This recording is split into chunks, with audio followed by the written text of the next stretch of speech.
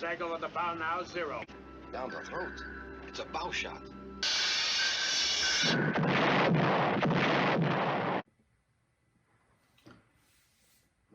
Hello, YouTube modeling community. This is Rick, and this is going to be an intro video for my entry into HobbyLink International's tall ship group build. Before I get to that, I want to do a big thank you to everyone who has subscribed to the channel. I'm closing in on 200 subscribers, at which point I will do some kind of little giveaway. So if you're not subscribed, please do. And thank everybody for all your comments, all your likes, and appreciate it greatly. The second thing before we get going is a mail call shout out for Papa's Model Car Room. Rob got that car the other day. I think Rob and I share a lot of interest in the nostalgia of the 60s and at least for me back into the 50s. So I enjoy very much all his posts and going through the old Rod and Custom magazines, hot rod magazines, before I got full into ship modeling back in my high school days. I was very much into the car modeling, and we're working our way back into that.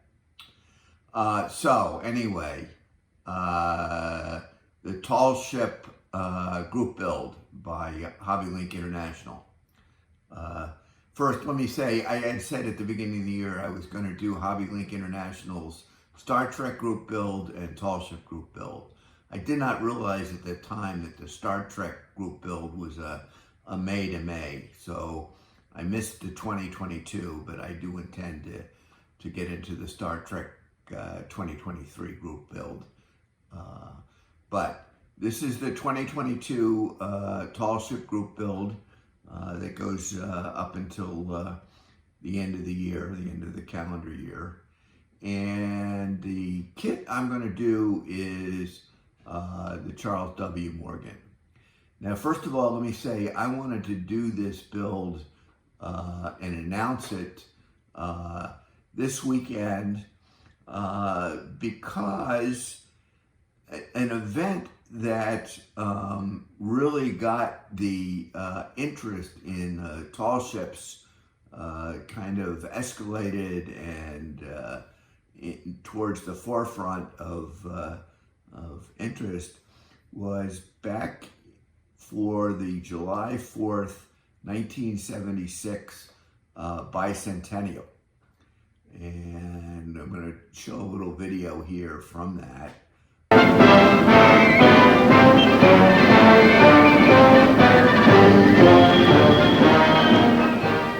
The bicentennial celebration of America's independence, 200 years of liberty celebrated in a glorious birthday party. The greatest convocative of sailing ships in 25 centuries sails beneath the Verrazano Bridge.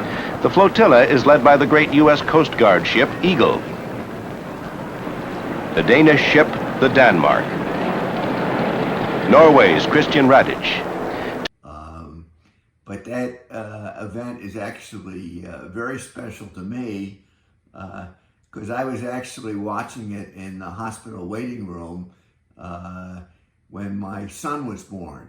He was a bicentennial baby, born on the 4th of July in 1976. So it's always a special holiday for us. It's a double holiday, and we're looking forward to the weekend. So with that said, let's talk a little bit more about my interest in the Morgan. First of all, this is the second of the three-part build I want to do of historic ships that are all within a 5-mile radius of each other in southern Connecticut. The first being the Nautilus at the Submarine Museum in New London, and I completed that last year.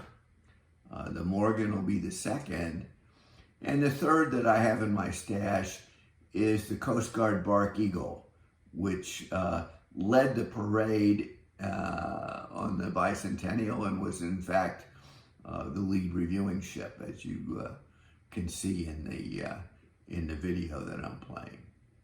So with that little bit, let's get into looking at the kit a little bit. And it's labeled as Advent, but it is in fact a reboxing reissue of a Revell kit. And the first thing we see are the sails, and I will probably not build it as such, because I want to build it as it was displayed in Mystic Seaport, or is displayed in Mystic Seaport. And let me say a bit about that too. In the picture you see here, this was 1964, and our family was taking I believe it was a long weekend, traveling up in New England, up in Charlie Mack Company. And we did go to Mystic Seaport and saw the Morgan here. And in this second picture, that handsome young 16-year-old on the left, that's me, complete with 1960s white Levi's. Anybody who was a teenager in the 60s remembers the white Levi's craze. All I'd need to be fully 60s would be a Madras button-down shirt. But anyway, moving on. The instructions, you can see it does say Advent, but you can also see the copyright is Revell. And it's 1972 copyright.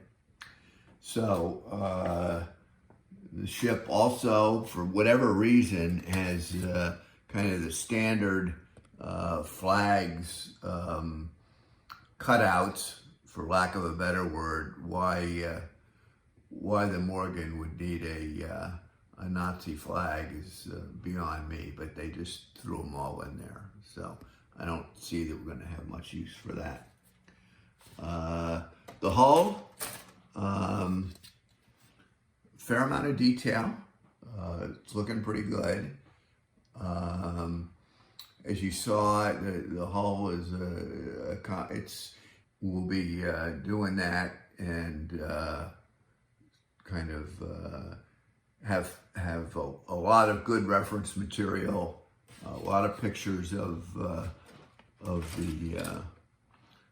ship as it's displayed at Mystic Seaport, and I'll probably do and have a lot more of the history of the Morgan as we go on. Some of the key features that I'll want to highlight are the whaling boats, the whale boats, and we can work on detailing them up a little bit. And most of the parts are the various masts and spars and fittings that make up the structure of the ship. As I said, I'm not going to use the vacuform sails.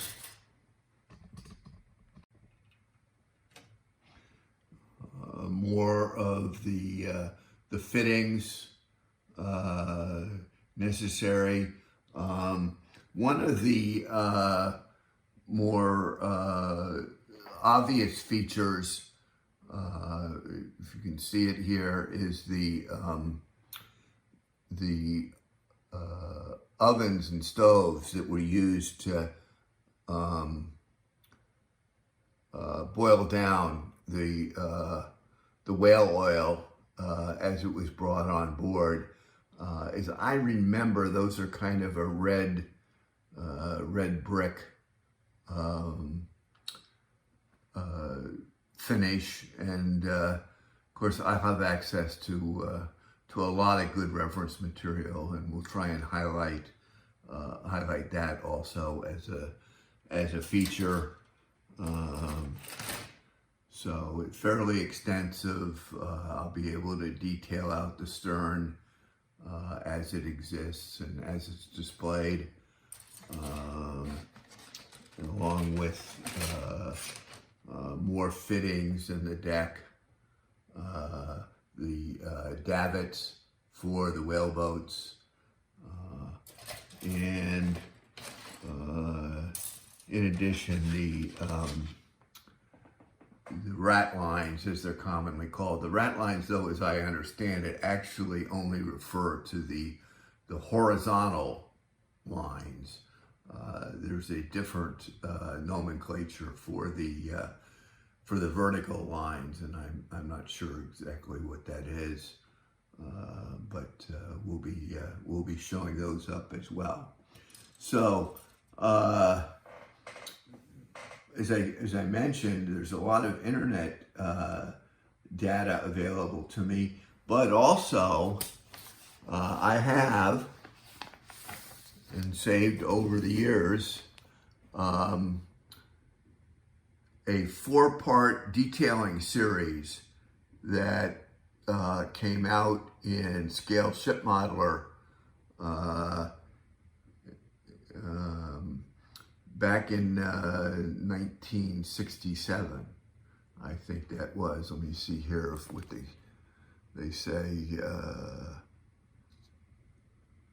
I don't see anything on the cover page, but anyway, so there's a 4-part detailing article that, again, I'll be showing as we get into the build and as I proceed with it. So that's what we intend to do, and that's where we'll be going, and I'm going to be getting started on that very soon. I do intend to get in on, as I've said in other videos, Dylan's Pro Street group build, starting here in a week and a half or so.